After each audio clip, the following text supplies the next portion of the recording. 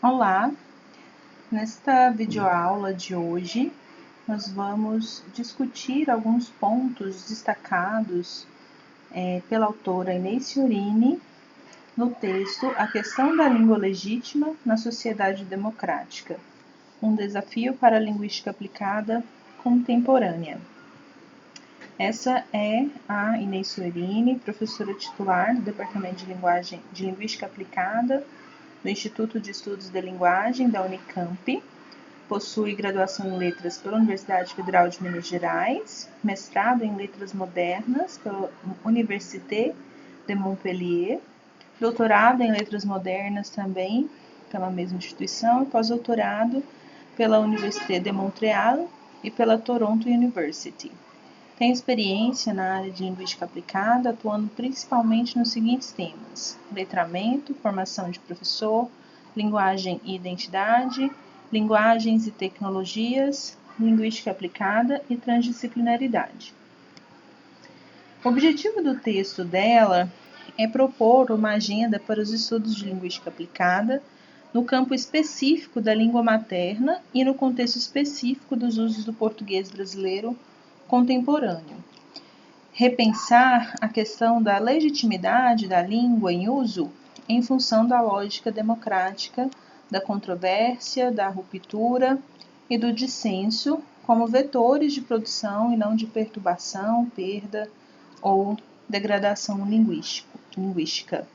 Então, como vocês podem ver, ela está propondo aí uma agenda dentro do campo específico, né, do ensino da língua materna, né, do português como língua materna, no contexto específico dos usos do português brasileiro, né? E ela fala sobre essa questão da legitimidade da língua em uso, que precisa ser repensada se a gente vive numa democracia, né? Então, em função dessa lógica democrática, que pressupõe a existência, né, de controvérsias, de rupturas, de dissensos, e aí pensando nisso, pensar a língua, né, como uma língua que também vai estar oscilando, vai ter as suas variações, e aí no momento em que essa língua ela não é vista mais como estática, tudo que é construído, né, na língua, pela língua, não precisa ser visto como perda, né, ou estamos matando a língua portuguesa. Isso é a língua em funcionamento, né? Então, é mais ou menos por aí a discussão que ela traz. Aí, o que ela está dizendo com legitimidade, né, dos usos linguísticos? Essa legitimidade, ela é compreendida em termos socioculturais e políticos, e não puramente linguísticos. Então, quando a gente pensa língua, a partir de uma perspectiva que não dissocia, né, do contexto, do falante, então a gente tem que pensar nesses aspectos sociais, culturais e políticos. Então, não tem a ver com ideais de purismo linguístico ou de padronização de língua. Então, quando ela fala de uma língua legítima, não significa dizer que isso tem a ver com uma língua padrão, né? Então, não é nesse sentido, é pensando de uma forma mais ampla mesmo. E aí, o que é esse sentido de democracia, né? Que ela diz a questão da língua legítima na sociedade democrática. Então, para a autora, o sentido dado à democracia não é o de regime político, mas modo de manifestação do político, enquanto instauração do litígio sobre igualdade de condições na comunicação social e nos processos de subjetivação do falante. Então, ela está pensando não nesse campo do regime político exatamente, mas na questão da igualdade de condições na comunicação social, né? Então, democrático, né? Uma sociedade democrática que pressupõe condições igualitárias na comunicação social e nos processos de subjetivação do falante, né? Como que as pessoas vão construir as suas subjetividades a partir da linguagem. Então, fazer valer o princípio democrático da igualdade fundamental de condições entre falantes de uma mesma língua significa associar a questão da legitimidade da língua à igualdade entre falantes enquanto falantes.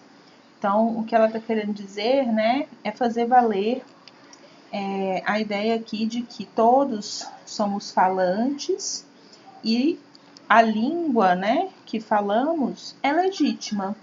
Né? Então, legitimidade da língua nesse sentido. Se somos falantes, temos condições, né, capacidade linguística, capacidade de nos comunicar, a língua que a gente faz uso para isso é legítima. Né? Isso deve ser, deve valer, né?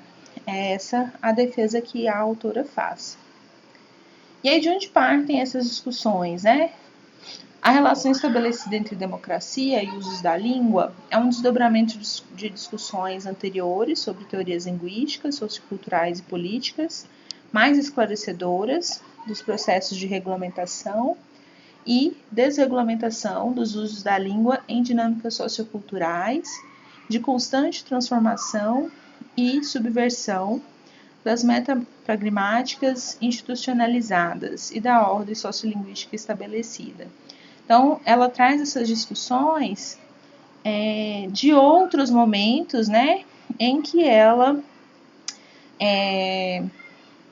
está pensando, né, esses processos de regulamentação e desregulamentação dos usos da língua.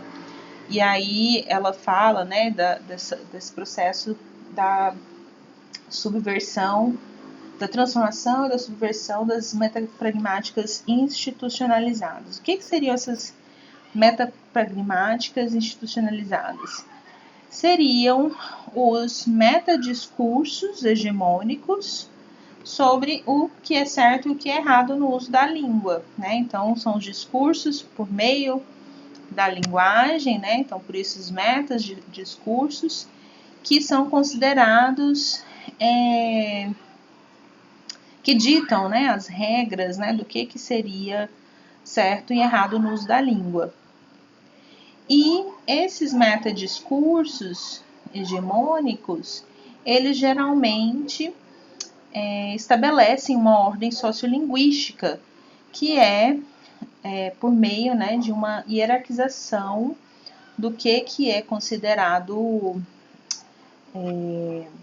correto e validado, né? Então, o uso determinado da língua é considerado correto e hipervalorizado e legitimado, né, na nossa sociedade, enquanto que os outros usos que fogem desse padrão são estigmatizados, são postos nessa hierarquia aí de forma bastante inferior, né?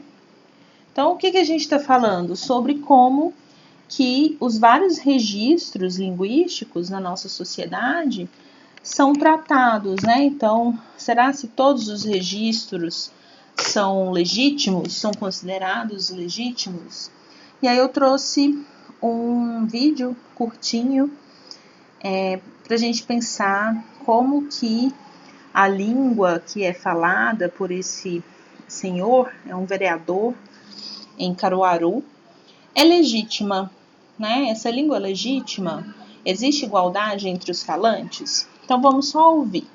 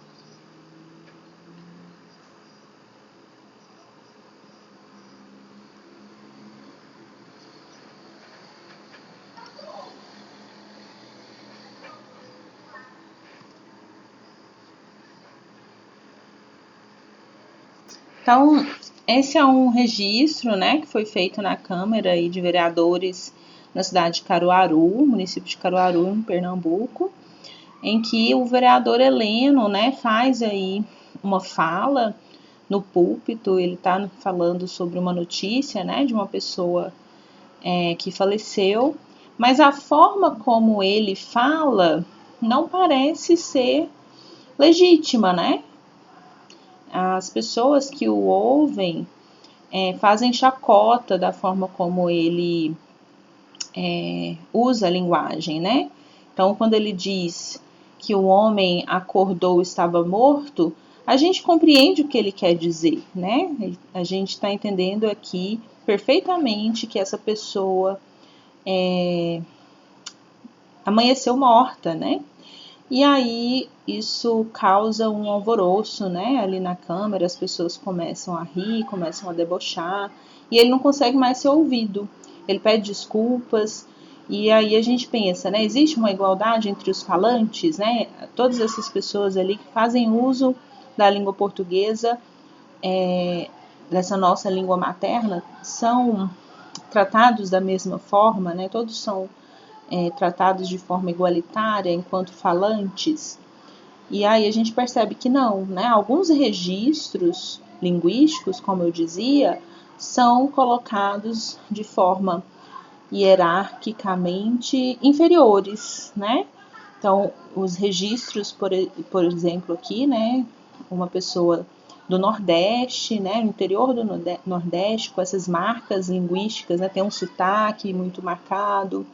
Então, provavelmente é uma pessoa que vem mesmo de uma região muito interiorana, né, que assume aí esse cargo. O próprio texto da Inês Cionini fala sobre isso, né, a gente vai chegar lá na frente para pensar essas pessoas que são, que acessam, né, esses lugares públicos que acabam sendo silenciados, ou nesse caso aqui, né, ridicularizados, por conta da forma como falam, né?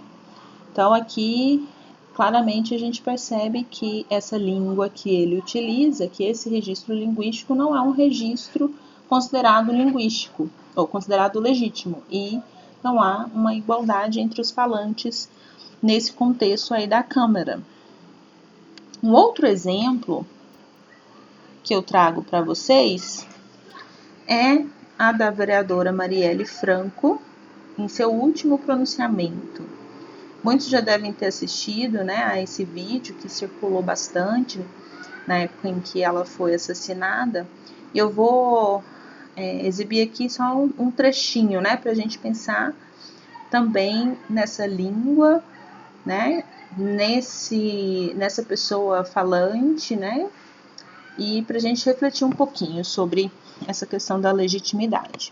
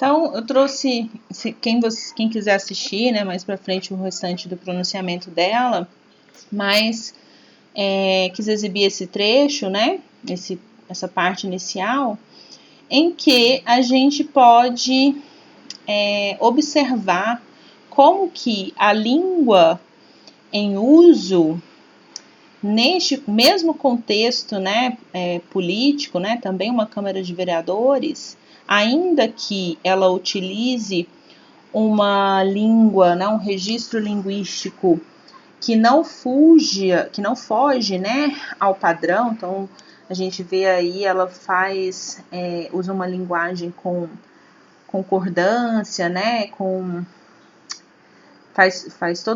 tem todas as correções gramaticais, assim vamos dizer, né? Então é uma língua que não foge ao padrão, apesar de ter algumas marcações de sotaque e tudo mais, mas ela não é considerada uma língua legítima, né? Então nesse espaço a gente percebe que não há igualdade entre os falantes quando, por exemplo, ela é interrompida, né, por um homem, ela interrompida para a entrega de uma rosa, né? Então a gente vê um dia aí da mulher, ela é interrompida, né, no púlpito para ser presenteada com essa rosa, mas é meio contraditório, né? Porque é uma violência, uma ação aí que atrapalha, né, na sua construção aí do seu discurso.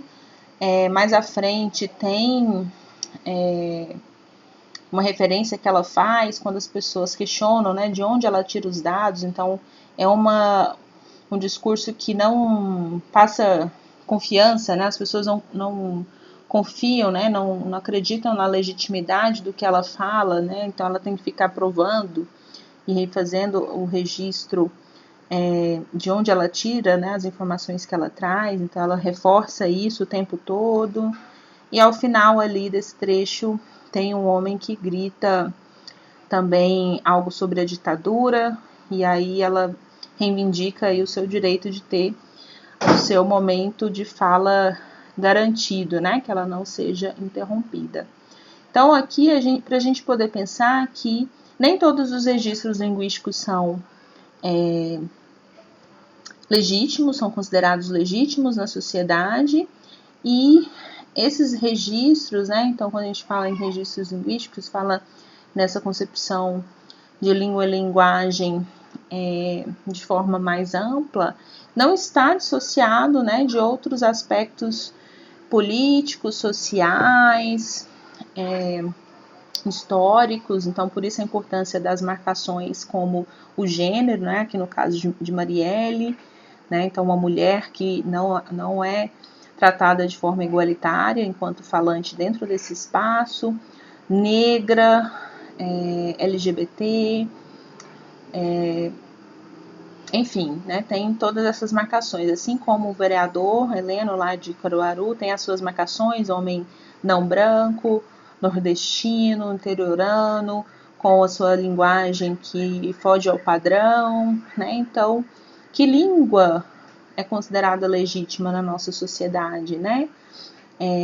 Que igualdade é essa que é pressuposta, né, se a gente vive uma sociedade democrática? Não há essa igualdade, né? Então são exemplos que eu quis trazer para vocês, para a gente também trazer para outros contextos, né, no contexto escolar. Qual registro é considerado uma língua legítima, né, no contexto escolar? Aquele registro mais informal, da periferia, eles são registros considerados legítimos?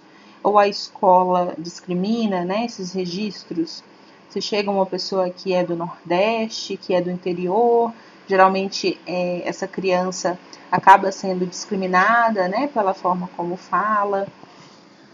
Se foge ao padrão, né, então não é considerado legítimo. E por consequência, as pessoas que fazem uso desses registros linguísticos que não são considerados legítimos também são discriminados, né? Então não há igualdade entre os falantes enquanto falantes no contexto escolar também, né? Então a dificuldade que a gente tem de enfrentar esse problema, né? E vocês, como professores, professoras de formação, precisam ter essa compreensão, né?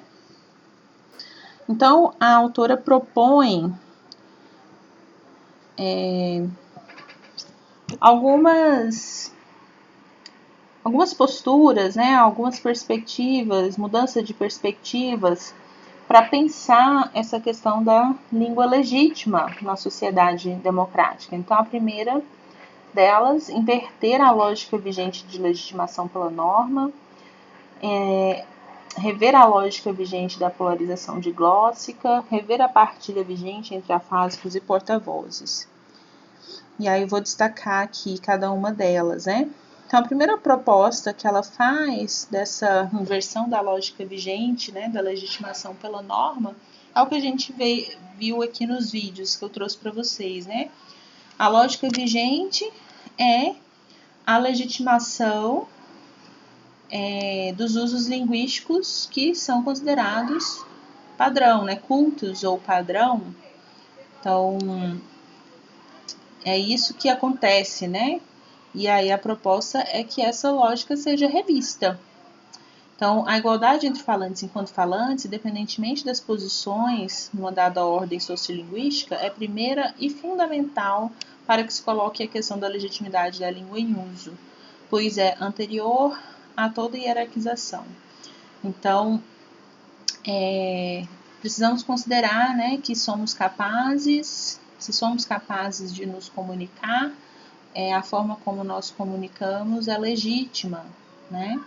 Então, isso tem que estar colocado em primeiro lugar, independente das posições, né, que esses registros ocupam, né? Porque a gente vê que, acompanhado desses registros, as pessoas, né, os grupos também são socialmente hierarquizados. Quem fala uma língua padrão está posicionado de forma superior, né, nessa hierarquia sociolinguística.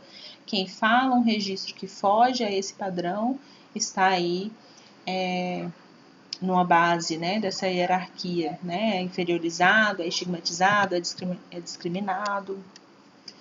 E aí a ideia de variação linguística pressupõe uma norma, né, a dita padrão, a partir da qual os outros usos linguísticos variam. Então, essa é a lógica vigente, né? Como se o padrão ditasse ali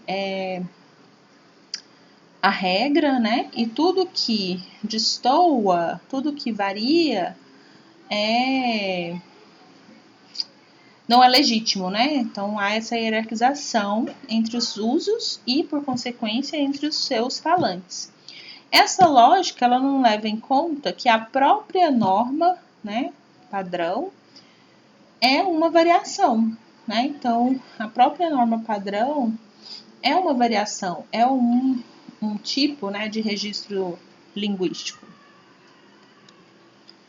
E aí a proposta da autora, né, que é a inversão dessa lógica. Então, a radicalização do conceito de falante autorizado.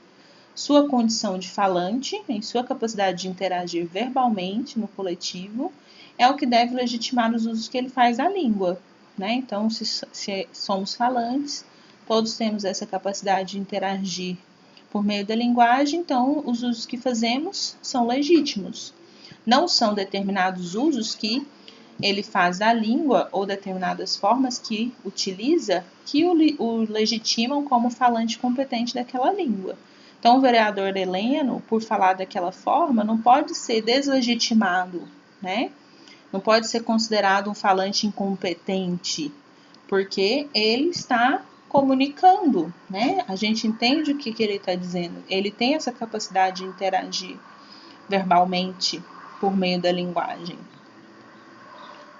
Assim como Marielle, né, na forma como ela explicita e constrói o seu discurso, também é considerada uma falante competente. Deve, né, ser considerada como uma falante competente, assim como todas as mulheres negras, né? Porque o que a gente vê é o contrário, né? Existem essas marcações que fazem com que as pessoas não sejam ouvidas. A lógica vigente coloca como pano de fundo a ideia de que somente com a padronização de formas linguístico-discursivas se estabelecem as condições mínimas de interlocução compreensiva, no sentido de produtiva, entre falantes da língua nacional. Então, a gente precisa rever, né, essa lógica, né? Então, não é necessário padronizar, né, para que haja uma interlocução compreensiva. E por conta dessa lógica, a gente ouve muito, né, pessoas que são falantes de português, talvez vocês aqui também já tenham dito isso em alguma vez na vida, espero que estejam desconstruindo essas ideias, né? Como, não sei português, mal sei português, fulano acaba com o português falando desse jeito, né? Então, essas falas são muito comuns por conta dessa lógica, né?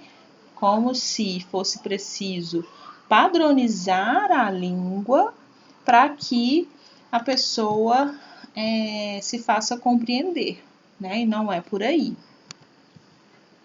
A inversão dessa lógica permite melhor compreender que a variação e a concorrência de formas linguístico-discursivas diferentes não são sinais de perda, decadência ou crise nos usos da língua ou na competência dos falantes.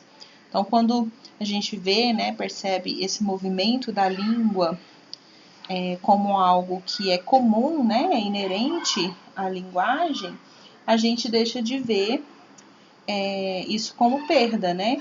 Não é que o português está se perdendo, estão acabando com o português está decadente, a gente tem uma crise, né? As pessoas estão desaprendendo, não existe isso, né?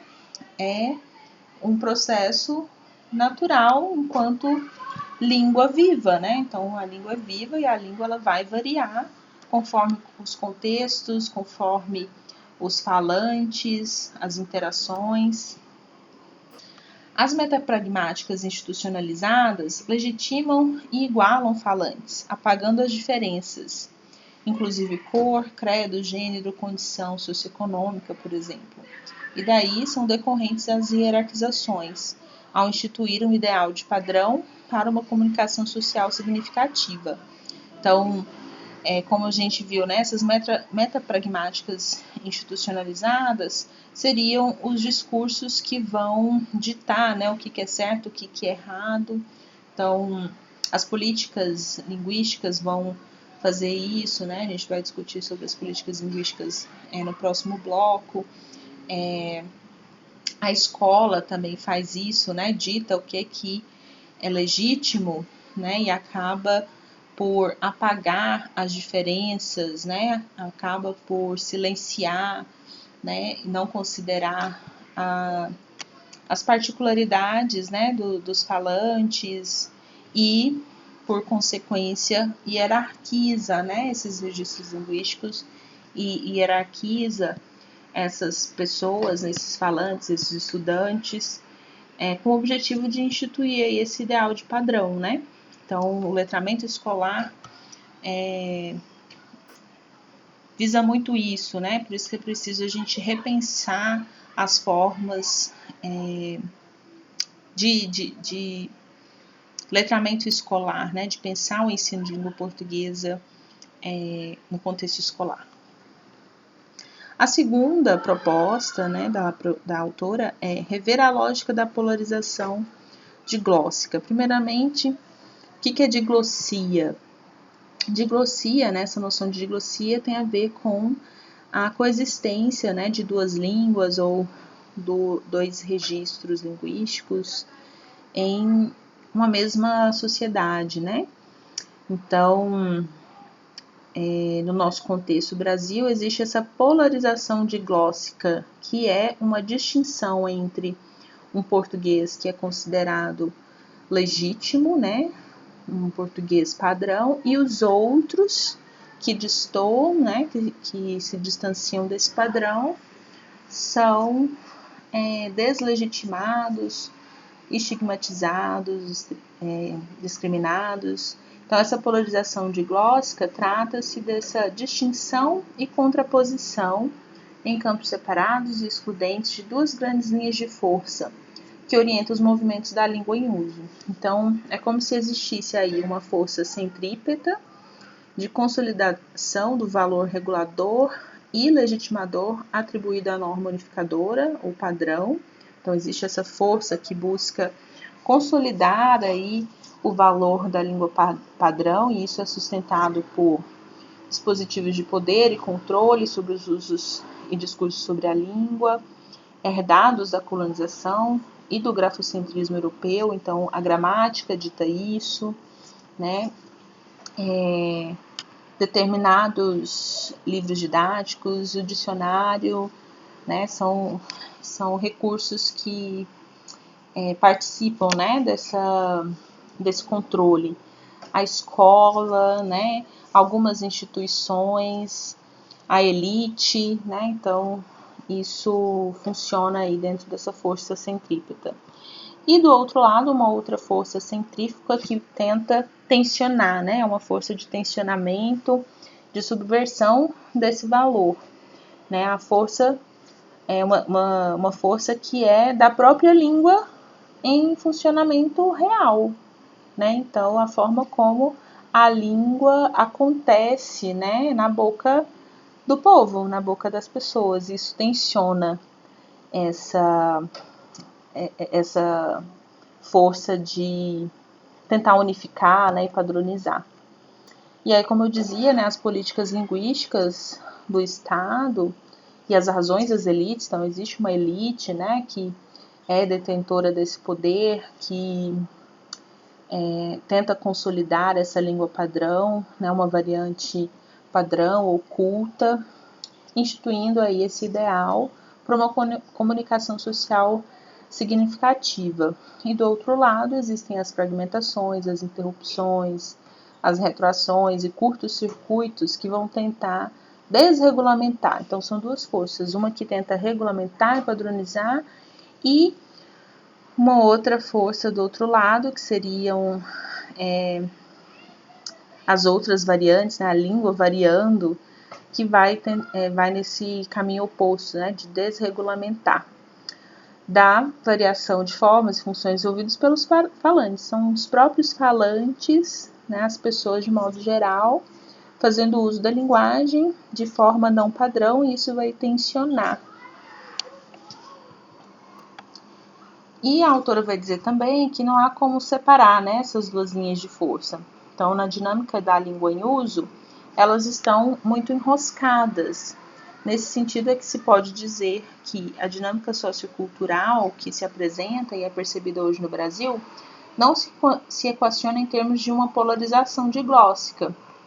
Então, a gente tem dois componentes dessa dinâmica: uma crescente diversificação do deslocamento do falante, de suas práticas linguístico-discursivas, orais e escritas, tanto no espaço físico, né, pensando nas migrações, quanto nos espaços tempo múltiplos, pensando aí na coexistência de um arcaico e um moderno, né, um português, usos, né, linguísticos mais antigos e mais modernos, urbano e rural, usos, né, de pessoas letradas e de pessoas iletradas.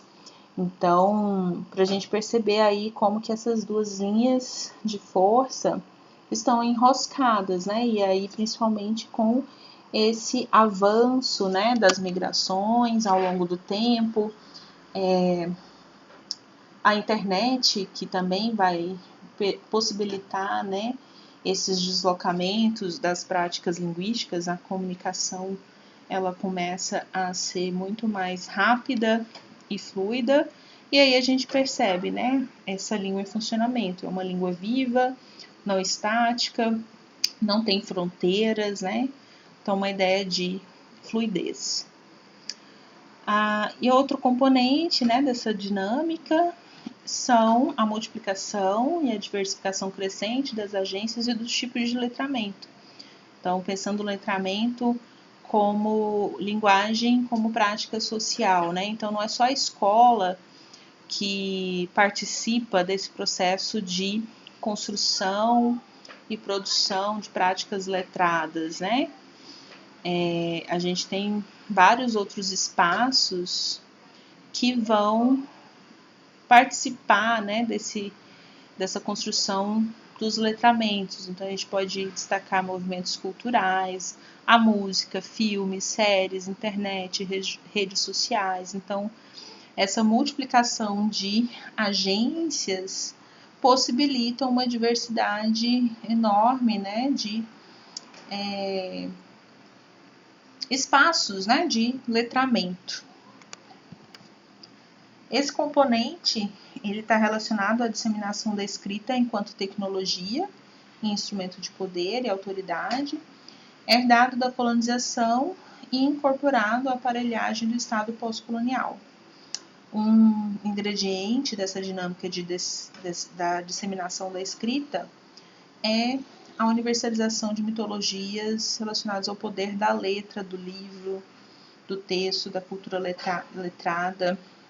Então, a gente ainda tem, né, funcionando nessa dinâmica das duas forças, né, de tensionamento entre a língua padrão e as outras variantes da língua, essa questão da supervalorização da escrita, né, como se a escrita ela fosse sinônimo de progresso e emancipação individual e coletiva, e muito acontece da desvalorização das culturas orais, né, da oralidade, que também é linguagem. Então, a autora propõe, né, que a gente pense muito mais nesse hibridismo, né, de formas, de estilos, de gêneros, de protocolos, que é algo inerente a essa disseminação de práticas diversificadas de letramento, né? Então, existe não só o letramento escolar, mas os diversos espaços, né, em que acontece esse letramento, e ao aumento concomitante dos fluxos de deslocamento do falante, né? Então, as pessoas têm se deslocado ao longo dos anos muito mais, a internet possibilita, né, esses fluxos das pessoas, né, pelas redes. Então, esse hibridismo ele se dá em graus variados e adquire maior ou menor visibilidade em função do interlocutor e da situação. E aí, quanto mais presente essa mentalidade, né, de uma diglossia, que aí a diglossia, além de pressupor, né, a coexistência de duas línguas, de dois registros, ela também hierarquiza, né, então coloca aqui no nosso caso a língua padrão como superior e as demais, né, os outros registros como inferiores. Então, quanto mais presente é essa mentalidade, maior a dificuldade de se identificarem as variações nas formas de expressão desses metadiscursos sobre o falante na interação oral ou escrita. E o que é mais importante, maior a dificuldade de se identificarem outras divisões no uso da língua que não são previstas por classificações e hierarquias desse modelo diglóssico. E a última proposta da autora, rever a partilha vigente entre afásicos e porta-vozes. E aí ela vai dar o exemplo, né, de proprietários rurais que não são escolarizados ou pouco escolarizados do interior da Paraíba que acessam, né, a Câmara Municipal, né, eles disputam as eleições e acabam acessando a Câmara Municipal no início da década de 90. Esse acesso, né, segundo a autora, não provocou mudanças, né? O que acontece o que ela chama aí, né, o que está entre aspas, né, uma lógica, aprovar calado, permanecer sentado. É o que a gente viu, por exemplo, ali no caso do vereador Heleno, né, que eu mostrei para vocês. O caso, por exemplo, de outros políticos, né, que não são escolarizados e que ascendem esses espaços de poder. A gente pode pensar no Tiririca, que sempre foi estigmatizado, discriminado, né, por ser uma pessoa que não era escolarizada, e aí existia, né, esse silenciamento muito grande. O próprio ex-presidente Lula, né, então existia, que a autora menciona, né, o Lula também, na época em que concorria às eleições e no período em que ele acessou, né, esse espaço da presidência, de como que foi difícil construir uma confiabilidade por conta da sua não escolarização, por conta da sua linguagem que fugia desse padrão que era um protocolo, né, para esse cargo. A gente pode pensar no atravessamento de gênero, né, a própria Dilma, que também foi bastante descredibilizada, e aí o atravessamento, né, por ser mulher.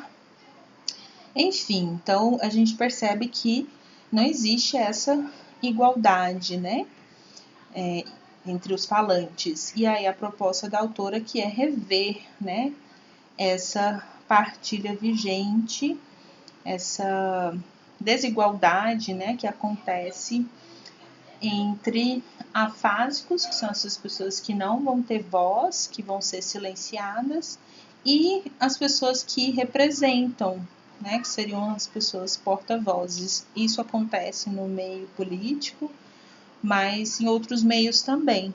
Então, nesse caso aqui dos proprietários rurais, eles não encontraram meios nem de aprender na prática os padrões legitimados de uso, né, do português na esfera pública, nem de legitimar seus usos tidos como próprios de seu grupo social de origem, né? Então, acontecia, e eu diria que acontece, né, muito ainda, essa invisibilidade e uma afasia desses falantes. Um outro espaço onde isso acontece, né, que ela menciona o exemplo das pesquisas, nos resultados da pesquisa do ENAF, que é o Indicador Nacional de Alfabetismo Funcional, e ali existiu também, né, na divulgação desses resultados, uma invisibilidade, né, de pessoas que seriam supostas iletradas, né, ou professores ou professoras, educadores populares, trabalhadores sociais. Então, essas pessoas, elas não podem ter voz, né, na divulgação desses resultados. Elas participam da pesquisa, mas elas não têm direito à voz. Então, são porta-vozes que vão falar por elas, gestores políticos, especialistas intelectuais, pesquisadores. Então, tanto na Câmara Municipal citada, quanto nesse contexto de pesquisa do INAF, parece não haver uma transgressão das fronteiras, limites instituídos por essas partilhas no campo propriamente político de distribuição do capital simbólico, de que fala Bourdieu. Então, há uma maior visibilidade para os modos de intervenção que mobilizam padrões linguísticos discursivos, orais e escritos, valorizados. Então, quem tem uma possibilidade de mobilizar, né, padrões linguísticos discursivos, conseguem ter uma maior visibilidade, conseguem ter voz. E menor visibilidade ou ausência, né, de visibilidade para os modos de intervenção que mobilizam padrões linguísticos discursivos menos valorizados. Então, quem não consegue mobilizar alguns padrões linguísticos que se mantêm ali, né, fazendo uso dos seus registros não padrão, são silenciados, né? E aí a gente finaliza por aqui as últimas considerações. A autora vai fazendo um apanhado, né, de alguns pressupostos da linguística aplicada, que se propõe a fazer como campo aplicado dos estudos da linguagem, né? Então ela fala da natureza transdisciplinar, do campo da LA, que não coincide necessariamente com espaços institucionais demarcados, estruturados, os objetos de investigação da LA como complexos, multidimensionais, dinâmicos, né, inscritos em múltiplas redes e recortes. Então, ou seja, a língua em uso, né, não está deslocada do falante, não está deslocada de todas essas marcas, né, que o falante carrega, não está deslocado do contexto. E pensar língua nos termos propostos pela autora não se esgota num conceito abstrato como produzido pelas disciplinas de linguística clássica tradicional, né? Então, exige uma compreensão aprofundada de sua dimensão histórica. Então, a língua, né, tem uma dimensão histórica, social, política e de seus modos de participação na configuração do que se apresenta para o falante como realidade objetiva numa situação dada. Então, o foco da linguística aplicada são nas práticas sociais e não nas regras ou códigos linguísticos.